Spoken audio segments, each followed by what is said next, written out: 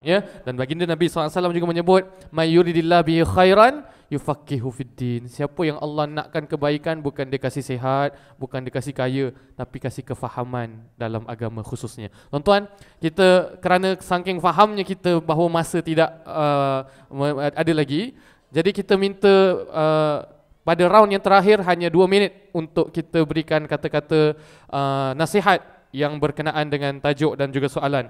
Saya pergi kepada Ustaz Badli Shah.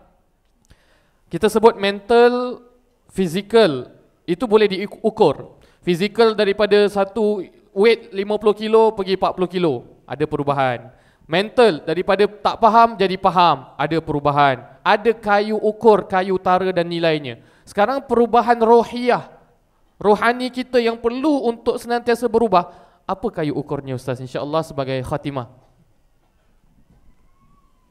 Muslimin muslimat yang dirahmati Allah, masa tidak mengizinkan, kami diberi 6 minit sahaja pada pusingan ini.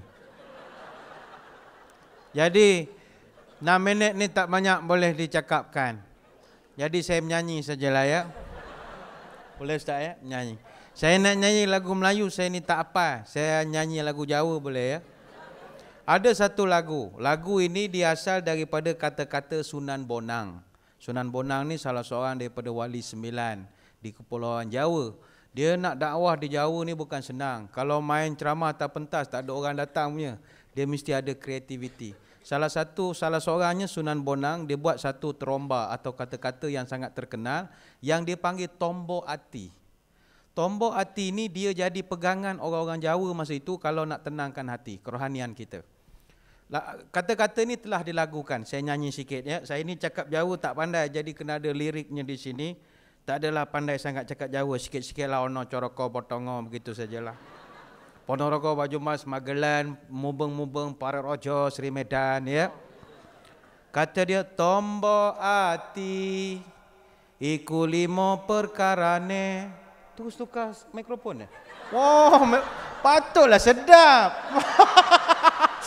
Patutlah selalu sedap. Oh begitu rahsia dia. Semula ya. Saya tak tahu boleh ajar. Kata dia, tombok ati iku 5 perkarane. Kaping pisan moco Quran lama nane. Kaping pindo solat wengi lakanono. Kaping telu wong kang soleh kumpulono. Kaping papat kudu wetang engkang luwe.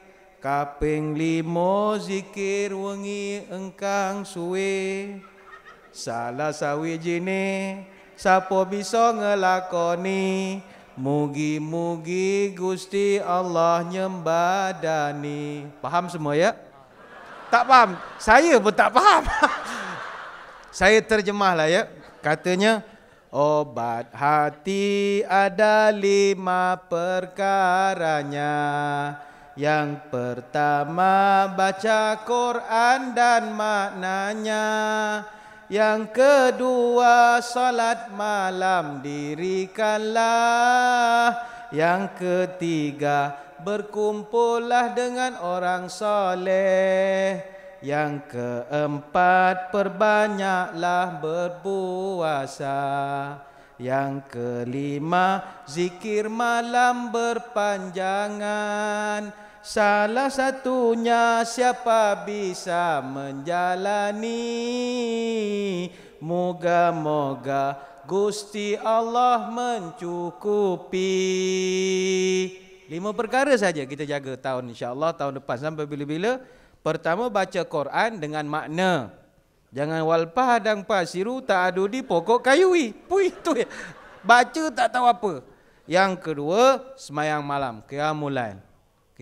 Yang ketiga berkumpul dengan orang baik-baik. Yang keempat zikir panjang-panjangkan sedikit, banyakkan berpuasa sunat. Yang kelima zikir panjang. Siapa yang dapat buat 5 perkara ini, Allah cukupkan dunia dan kehidupan kita, insya-Allah. Tak banyak, Tuhan bantu kita. Ingat, berapa besar pun kita punya masalah, Bila Allah bersama, kita angkat takbir, Allahu Akbar, Tuhan Maha Besar, artinya berapa besar kita punya masalah, God is bigger than your problem. Jadi tak ada apa-apa. Allah akan mencukupi. Sekadar itu, wes mangan apa urung. Wallahu alam. Masya Allah, itu dia sebagai satu pengukur kerohanian ya. Kalau saya boleh ulang lagi ya. Tombok ati iku 5 perkara ni, moco Quran angan-angan sama ni. Kaping pisan, kaping pisan maca Quran angan sama ni. Kaping telu ongkang soleh kompulono, kaping papat kudu wutu ingkang luwe, kaping 5 zikir wengi ingkang sowe. Salah sawijine sapa bisa ngalakuni, mugi-mugi Gusti Allah nyembadani. Okey, 5 perkara jangan lupa. Saya dah ingat dah terus Ustaz tadi. Masya Allah, tabarakallah, jazakallah Ustaz. Sekarang ni insya Allah Ustaz Irwan, sedikit nasihat.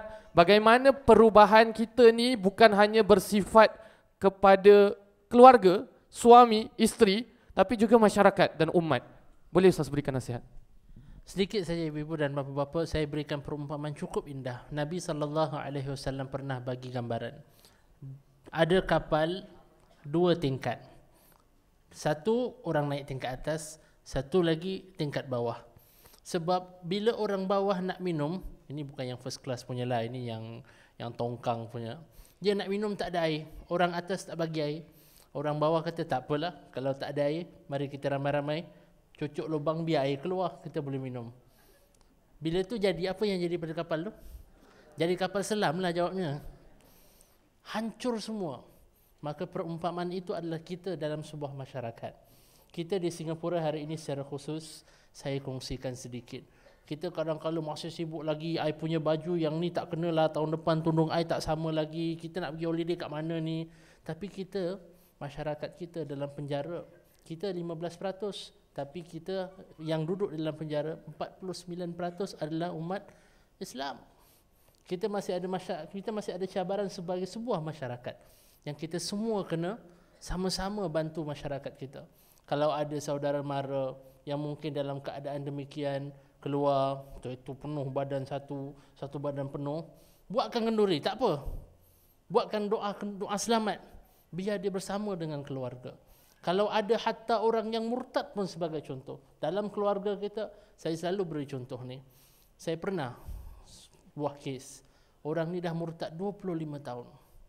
Tapi kemudian dia nak kembali taubat kepada Islam. Dan dia kata, kalau saya buat macam ni, anak-anak saya semua akan buang saya. Suami saya akan ceraikan saya. Kemudian saya tanya kepada maknya yang dah hampir 70 tahun. Saya tanya, "Makcik, apa rahsia makcik ni sehingga anak ini boleh nak lepas 25 tahun murtad kembali kepada Islam, sanggup menggadaikan tak apalah anak dia buang dia, suami dia ceraikan dia, tak ada lagi tempat bergantung." Dia kata, "Sebab saya Ustaz, tidak pernah saya tinggalkan anak saya ini. Tidak pernah saya abaikan anak saya ini. Saya terus berdoa, saya terus melayani, menyantuni, mendampingi anak saya." Kita sebagai sebuah masyarakat ibu-ibu dan bapa-bapa, kita tidak boleh mengharapkan macam Ultraman, keluar satu je semua baik. Tidak. Kita semua bertanggungjawab untuk memastikan bahawa perahu masyarakat kita ini tidak tenggelam bersama-sama dengan kita. Sebab kerana kita duduk first class, kita tak kasih hak dan tidak membela orang yang ada di second class. Itu yang perlu kita berhati-hati bila masyarakat kita ini jangan sampai semakin maju, semakin kaya, holiday sana sini, tapi jiran di sebelah mati kelaparan. Anak jiran di sebelah tak pergi sekolah. Kita ada duk gaduh nak pergi holiday mana, nak tinggal hotel Legoland ke, nak suite ke, nak pergi macam India ke, tidak ke. Kita gaduh pasal tu. Orang sebelah jiran kita makan pun tak cukup lagi. Saya ada cerita di Singapura, kita kadang-kadang pergi jauh-jauh, pergi negeri, kesian orang ni. Kampung ni tak ada elektrik, tak ada toilet, tandas macam kita. Memang dia tak nak. Memang dia tak nak. Saya pernah pergi kampung Jawa, orang Singapura datang buat. Kesian dia orang tak ada flash. Kesian dia orang masih dekat tepi sungai. Bila dah buat flash, orang maaf kata berak kat tepi. Tak tahu pakai flash. Dia kata ini bising pak. Nanti bila lagi nanti flash semua orang tahu. Dia tak nak. Kita je yang sibuk-sibuk paksa cara hidup kita. Kita nak selamatkan satu dunia, tapi lepas tu ada orang di Singapura ini 1 ekor ayam makan 8 orang keluarga untuk tidak kurang daripada seminggu. Kita hari ni 1 orang 3 ekor ayam. Anel pergi cakus lagi, lepas tu Ustaz boleh lepas ni kita pergi makan ramai-ramai, tak apa Ustaz. Dah lapar sebenarnya ni. Semalam pun saya ceramah sampai lapar. Betul yang jadi macam ni, buatan sendiri, cari masalah. Jadi kita sebagai sebuah masyarakat perlu bersama. Dan yakinlah insya-Allah kita pernah berubah. Kita telah berubah kepada sesuatu yang lebih baik dan kita boleh jadi masyarakat yang lebih baik selepas ini jika kita semua sebagai satu masyarakat bersama-sama menuju kepada kebaikan, bersama-sama menuju kepada Allah Subhanahu Wa Taala. Sekian dulu. InsyaAllah ta'ala. Itu dia ibu-ibu sekalian ya. Alhamdulillah. Terima kasih Ustaz Irwan. Betul faham Ustaz Irwan ya akan dirinya. Alhamdulillah. Jadi tuan-tuan rahimakumullah. Masyarakat kita antara perkara yang mungkin saya simpulkan sedikit, yang mungkin sebagai take away, kalau dalam banyak-banyak hal mungkin kita dah ketahui, tapi ada beberapa take away yang Ustaz Irwan katakan adalah pertamanya kita memikirkan sesama ummah. Nanti besok di kubur Allah tanya, siapa saudaramu? Dahlah hak orang Islam tak pergi, jenazahnya tak diusung, tak terfikir pun dengan mereka. Apa permasalahannya tuan-tuan? Selain daripada penceraian yang kita sebut, kemiskinan, kalau kita golongan profesional, khususnya kita ni ada kewangan, ada pembelajaran yang tinggi, golongan profesional saya menyeru untuk kita ta'akhi, kita mempersaudarakan. Macam mana mempersaudarakan masyarakat-masyarakat kita yang perlu kepada kita? Ada 2 cara. Ini memang praktikal ni. Satu, kahwinlah dengan mereka tuan-tuan ya. Ni nampak macam kelakar tapi cubalah ya. Boleh Ustaz buat betul ya. Itulah yang dilakukan oleh zaman sahabat. Yang kedua apa dia tuan-tuan rahimakumullah? Kalau kita melihat mereka ni daripada anak-anak yang tidak ada ibu bapa, masyarakat Melayu Islam paling kurang adopt child. Demand dia ada. Banyak anak-anak yang perlu untuk kita jaga. Tapi tak ada orang yang ke depan untuk ambil sehingga bangsa dan agama lain yang akan ambil. Jadi itu kedua perkara yang boleh kita fikirkan.